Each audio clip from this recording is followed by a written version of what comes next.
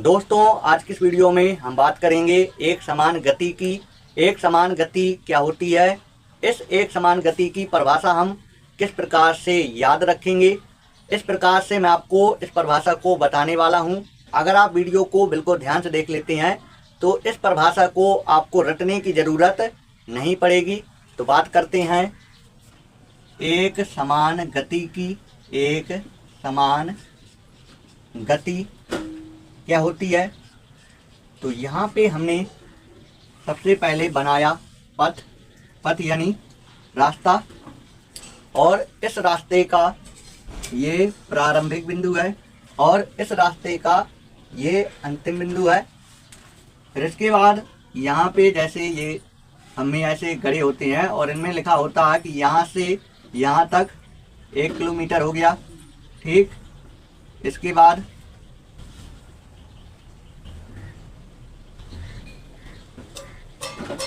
यहाँ से यहाँ तक, जैसे यहाँ से यहाँ तक 1 किलोमीटर, फिर यहाँ से यहाँ तक कितना होगा, 2 किलोमीटर होगा। ठीक, फिर इसके बाद यहाँ से यहाँ तक ये हो जाएगा 3 किलोमीटर हो जाएगा। और यहाँ से अगर बात करें यहाँ तक की, तो यहाँ तक हो जाएगा 4 किलोमीटर। तो अगर यहाँ से यहाँ तक की अगर दूरी देखी जाए तो 1 किलोमीटर है। अगर यहाँ से यहाँ तक की दूरी देखी जाए तो 1 किलोमीटर है। अगर यहाँ से यहाँ तक की दूरी देखी जाए तो 1 किलोमीटर है। इसी प्रकार यहाँ से यहाँ तक की दूरी 1 किलोमीटर,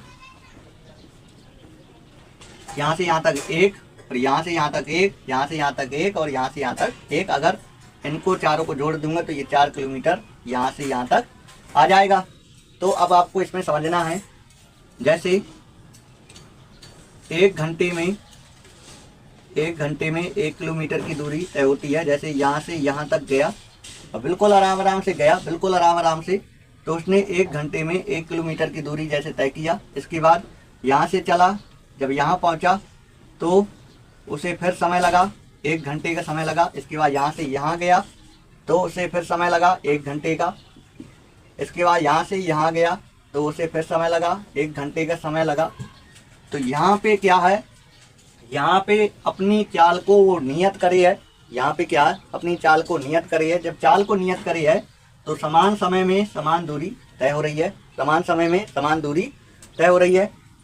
जैसे ये कार है, ये कार, इस कार ने 1 घंटे में 1 किलोमीटर इतना चला। फिर इसके बाद यहाँ से जब ये कार चला तो इसने 1 घंटे में फिर 1 किलोमीटर दूरी तय करी। इसके बाद यहाँ से कार चली, यहाँ पहुँची तो इसने फिर 1 घंटे में 1 किलोमीटर की दूरी तय करी। फिर इसके बाद जब यहाँ से यहाँ चली, यहाँ पहुँची तो फिर इसने 1 घंटे में 1 किलोमीटर की दूरी तय करी। तो यहाँ पे समझना है, आपको परिभाषा याद हो रही होगी। यहाँ पे आप देख रहे होंगे तो समान समय में समान दूरी तय हो रही है, समान समय में समान दूरी तय हो रही है, समान समय में समान दूरी तय हो रही है। जैसे पूरा यहाँ से यहाँ तक मैं मिला दूंगा तो 2 घंटे में 2 किलोमीटर की दूरी तय होगी। यहाँ से यहाँ तक 2 किलोमीटर है। अगर मैं यहाँ से यहाँ तक मिला दूंगा तो जैसे ये 2 घंटा हो जाएगा, और 2 घंटे में यहाँ से यहाँ तक की अगर दूरी देखी जाए तो 1 + 1 तो 2 किलोमीटर होगा। तो यहाँ पे देखिए 2 घंटे में 2 किलोमीटर की दूरी, 2 घंटे में 2 किलोमीटर की दूरी तय हो रही है। तो यहाँ पे समझिएगा, समान समय में समान दूरी तय हो रही है। जब समान समय में समान दूरी तय होती है तो इस प्रकार की गति को हम एक समान गति कहते हैं। जैसे ये कोई वस्तु है, ये कोई वस्तु है, और इस वस्तु द्वारा, जैसे ये कोई वस्तु है, इस वस्तु द्वारा समान समय में समान दूरी तय हो रही है। समान समय में समान दूरी तय हो रही है। तो इस वस्तु की गति को, ये जो आप वस्तु देख रहे हैं, इस वस्तु की गति को हम एक समान गति कहेंगे। आपको ये परिभाषा याद हो गई होगी। जैसे कोई वस्तु है और ये वस्तु समान समय में समान दूरी अगर तय करे तो फिर इस वस्तु की गति को हम क्या कहेंगे, एक समान गति कहेंगे। तो आप लोग इसकी परिभाषा लिख लीजिएगा, मैं लिख देता हूँ। किसी वस्तु द्वारा समान समय में अगर समान दूरी तय करता है तो हम उस गति को एक समान गति कहते हैं। तो अगर आपको ये परिभाषा याद हो गई हो तो वीडियो को आप लोग लाइक कीजिएगा, और वीडियो में कहीं पर समस्या हो तो आप लोग कमेंट करके ज़रूर बताइएगा। इसके बाद देखेंगे असमान गति। असमान गति क्या होती है? तो दोस्तों अब समझेंगे असमान गति को। असमान गति क्या होती है? असमान गति क्या होती है? इसकी परिभाषा को बहुत आसान शब्दों में याद करेंगे। तो देखिए, जैसे इसके लिए भी हमने एक रास्ता बनाया, ठीक, और इस रास्ते में समय हमने समान लिया, एक घंटे का समय लिया, एक घंटे का समय लिया।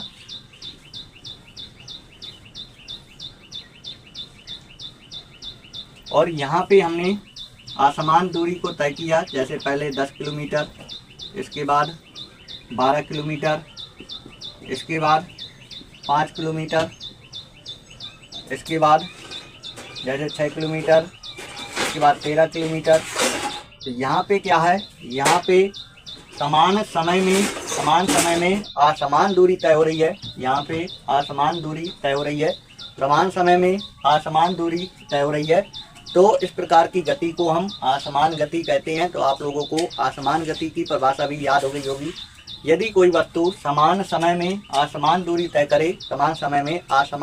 करे, तो उस वस्तु की गति को असमान गति कहते हैं।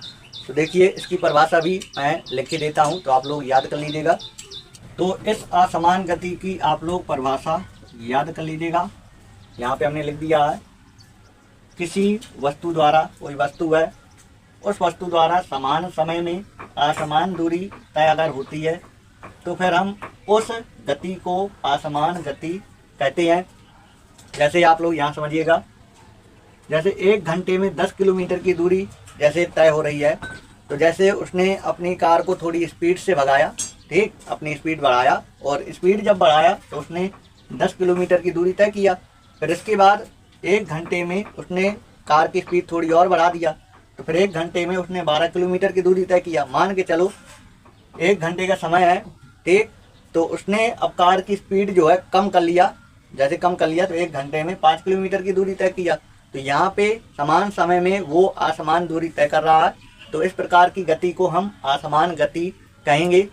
आज की वीडियो में बस इतना ही। अगली वीडियो में मैं आपको बताऊंगा गति के प्रकार, गति कितने प्रकार की होती हैं, और सभी को बहुत ही बेहतरीन तरीके से हम लोग याद करेंगे।